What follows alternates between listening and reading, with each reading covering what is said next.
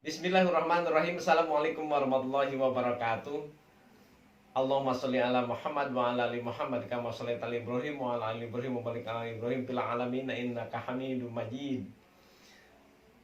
Teman-teman sekalian yang dimuliakan oleh Allah Subhanahu wa taala, kita bahasakan dengan teman karena kita satu dengan yang lainnya memiliki kapasitas dan kualitas yang sama sebagai makhluk Tuhan.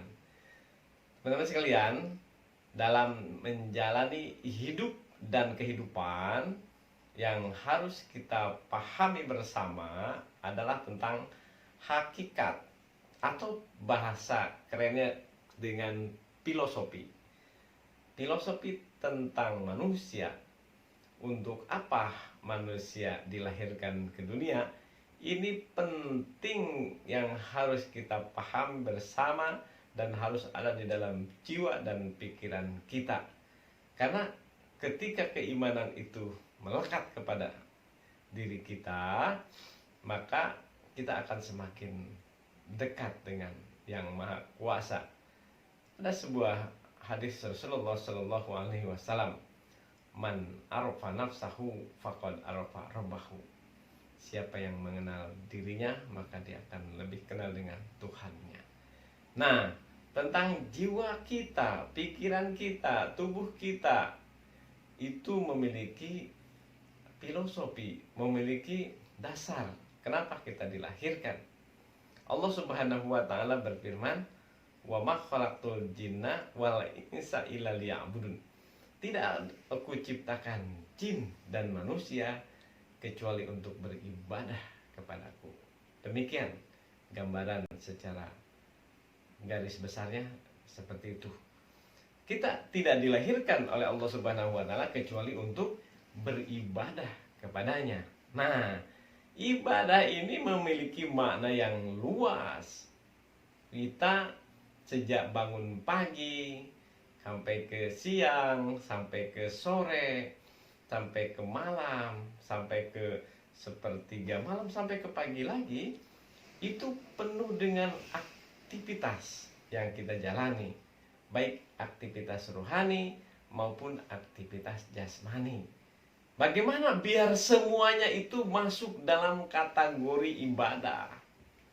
Nah, semua yang dikatakan ibadah adalah bila diniatkan, dan semua pekerjaan itu diawali dengan zikrullah, mengenal dan juga menyebut nama Allah Subhanahu wa taala. Bismillahirrahmanirrahim. Nah, kita mengerjakan sesuatu, maka hal yang demikian itu masuk dalam kategori beribadah kepadanya. Ibadah ini ada dua, ibadah mahdoh dan ibadah goir mahdoh. Ibadah mahdoh adalah ibadah yang vertikal, hubungan secara vertikal manusia dengan sang pencipta.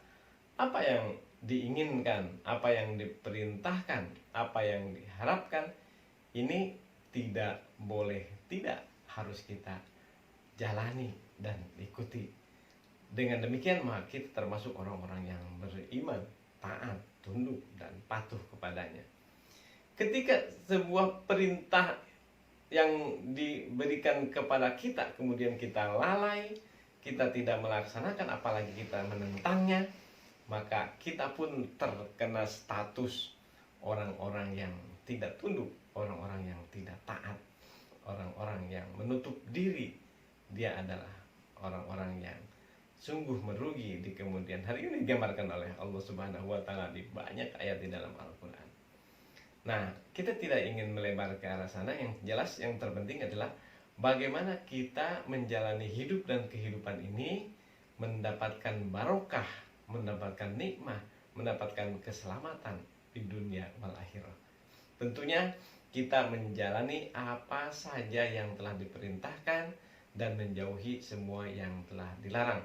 Kita masih berbicara secara umum, kita belum berbicara tentang spesifik apa yang harus kita lakukan. Di dalam rukun Islam ada 5. Pertama syahadat, kedua sholat, ketiga berpuasa, keempat berzakat, dan kelima pergi haji. Nah, ini harus dijalani. Itu adalah bagian daripada kegiatan-kegiatan yang berhubung kait dengan Allah Subhanahu wa taala. Ada kegiatan-kegiatan yang horizontal, yakni di dalam bahasa keseharian para santri dikatakan sebagai muamalah, hubungan interaksi antar manusia. Dalam hal apa? Dalam hal berdagang, dalam hal meminjam, dalam hal menolong, dalam hal menutupi dan mencukupi kehidupan satu dengan yang lainnya, itu dinamakan dengan kegiatan muamalah atau kegiatan yang horizontal. Dan ada juga hubungan-hubungan yang horizontal antara kita makhluk Allah Subhanahu wa taala dengan makhluk yang lain seperti binatang, seperti pohon, batu, dan juga yang lain. Bagaimana kita berkomunikasi dan berinteraksi dengan mereka? Karena sesungguhnya mereka adalah untuk mencukupi kebutuhan kehidupan manusia. Ini dijelaskan dalam surat Al-Baqarah ayat 29, bahwa yang ada di langit, yang ada di bumi itu untuk manusia disediakan. Kaum muslimin dan sahabat-sahabat sekalian, saya tidak berpanjang kata. Yang terpenting adalah kita harus sadari dan yakini bahwa kita lahir ke dunia untuk beribadah. Nah, manakala kita bisa mengkawal, maka kita nanti akan mampu menjalani sesuai dengan doa yang sering kita ungkapkan, yakni doa sapu jagat, yaitu Rabbana atina fid dunya hasanah wa fil akhirati hasanah wa qina azabannar. Kita ingin bahagia di dunia, ingin selamat di akhirat, dan terhindar dari azab kubur, azab neraka, dan juga hal-hal yang negatif lainnya. Itu adalah harapan. Ini letternya dari pertama kita lahir untuk beribadah, dan kita harus tarik benang lurus bahwa kita ke depan ingin mendapatkan kenyamanan, kebahagiaan di dunia dan di akhirat. Tentu di dalamnya memiliki komponen dan struktur yang sangat panjang. Namun nanti kita akan urai dan ceritakan satu persatu. Yang jelas bahwa untuk langkah awal kita harus pahami tentang hakikat kita, dan dari mana, akan kemana, harus bagaimana, membawa apa, bekal apa. Yang jelas di dunia hasanah wa fil akhirati hasanah wa qina azabannar adalah tujuan yang kita inginkan.